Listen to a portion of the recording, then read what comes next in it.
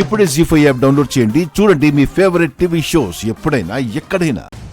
అక్షయ, అమ్మా అక్షయ, ఎంత ప్రమాదం తప్పిందమ్మా. నిప్పు పక్కనున్నప్పుడు చూసుకోవాలి కదమ్మా. నేను నిప్పుకి దగ్గరలో లేను నాన్న.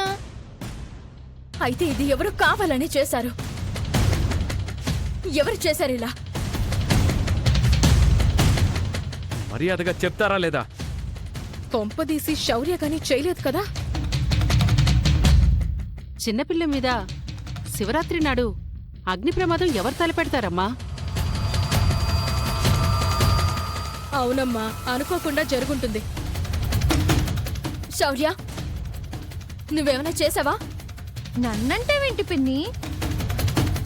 అసలు నీకు బుద్ధుందా అవని? ఏం మాట్లాడుతున్నావు నువ్వు? నా కూతురు అమాయకురాలు, అంత పెద్ద నిందలు వేయకు. ఈ పని ఎవరు చేశారో చెప్పండి, లేదంటే పోలీసులకి అప్పగిస్తాను.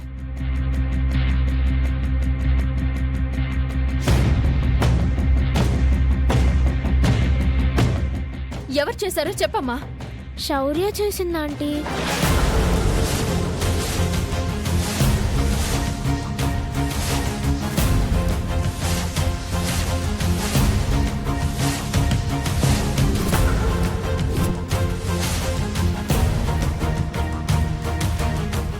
అలాంటి పని చేయొద్దన్నా, నా మాట వినలేదు.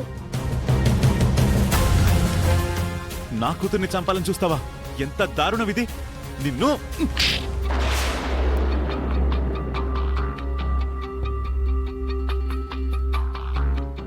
రేయ్, నా కూతుర్నే కొడతావా? నిన్ను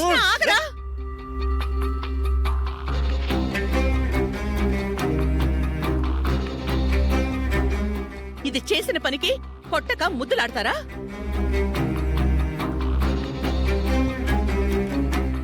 ఏం పిచ్చి పనులేవి? అనుకోకుండా అలా జరిగిపోయింది నానమ్మా.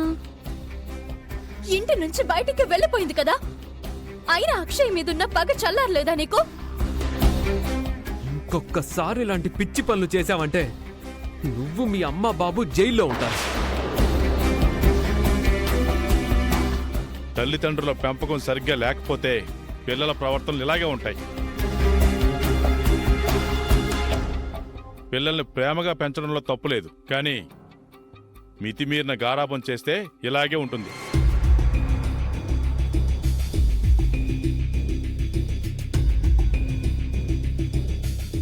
నా బంగారు తల్లి అదృష్టం బాగుంది కాబట్టి మాకు దక్కింది.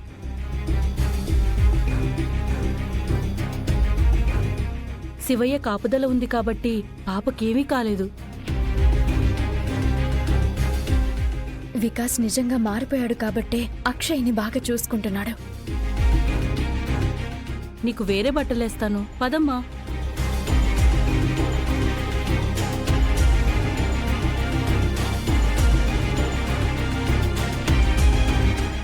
నీ వయసుకి తగ్గ పనులు చెయ్యి. చేసిన తప్పుకి అందరి ముందు సారీ చెప్పు. సారీ నానమ్మా, ఇంకెప్పుడు ఇలాంటి పనులు చేయను.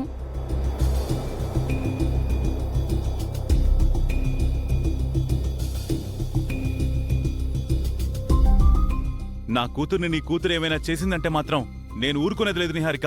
కన్న కూతురైనట్టు మరీ అంత ఓవర్ చేయకు. సరే సరే, ఎందుకు పిలిచారో ముందు ఆ విషయం చెప్పండి. ఇంకా మీరు ఆలస్యం చేయకుండా అక్షయ్ తీసుకొని బయలుదేరండి. ఎందుకంటే కాసేపట్లో అక్షయ అవని శ్రీకర్ల కూతురన్న నిజం బయటపడబోతుంది.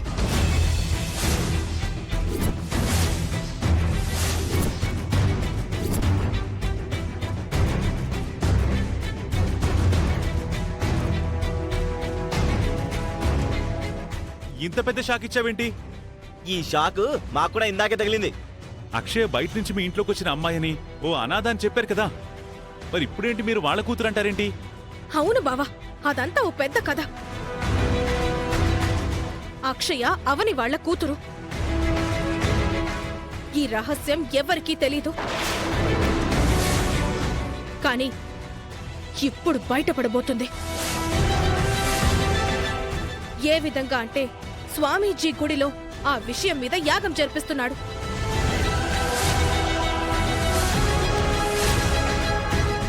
ఆ బాంబు బ్లాస్ట్ అయిందంటే మామూలుగా ఉండదు. మీ గురించి, మా గురించి, మనందరి గురించి బయటపడిపోతుంది.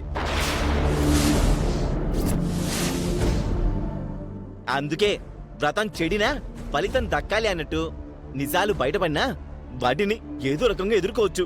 డబ్బులైతే సంపాదించాలి కదా. అందుకే తొందరగా అక్షయ్ని తీసుకుని వెళ్ళిపోయి మీరు అనుకున్న కార్యం సాధించుకోండి.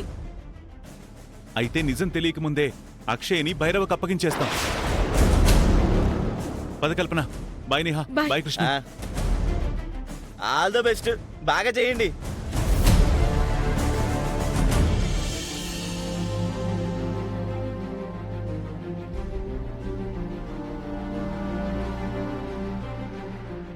యాగం చివరి దశకొచ్చినట్టుంది. అవునవుని.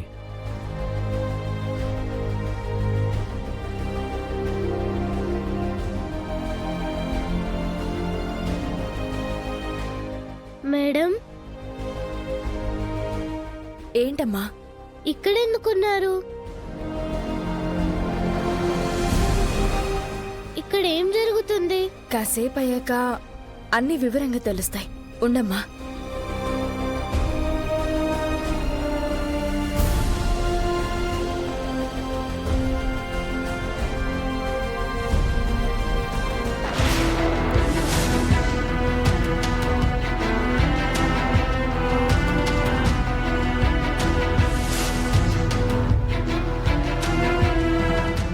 గుడిలో మన సిద్ధేశ్వర స్వామీజీ ఉన్నారని తెలిసింది.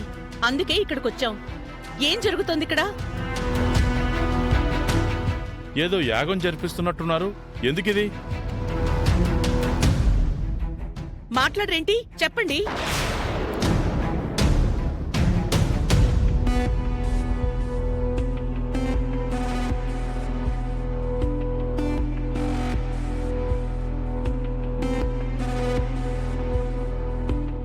చెప్పండమ్మా.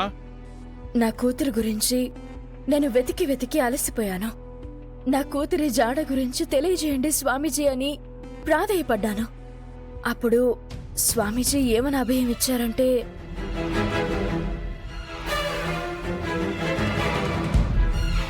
శివరాత్రి నాడు నీ బిడ్డ వివరాలను నీకు ఎట్టి పరిస్థితుల్లోనూ తెలియజేస్తాను.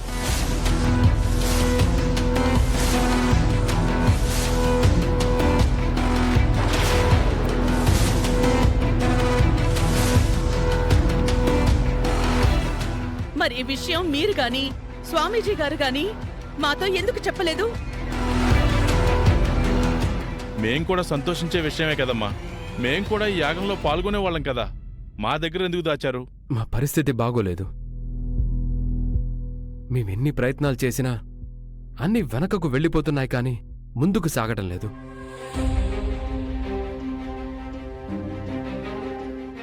అందుకే నిజం బయటపడేంత వరకు ఎదురు చూద్దామని గోప్యంగా ఉంచాం. జీ5 యాప్ డౌన్లోడ్ చేసి అన్ని ఎపిసోడ్స్ పూర్తి ఉచితంగా చూడండి.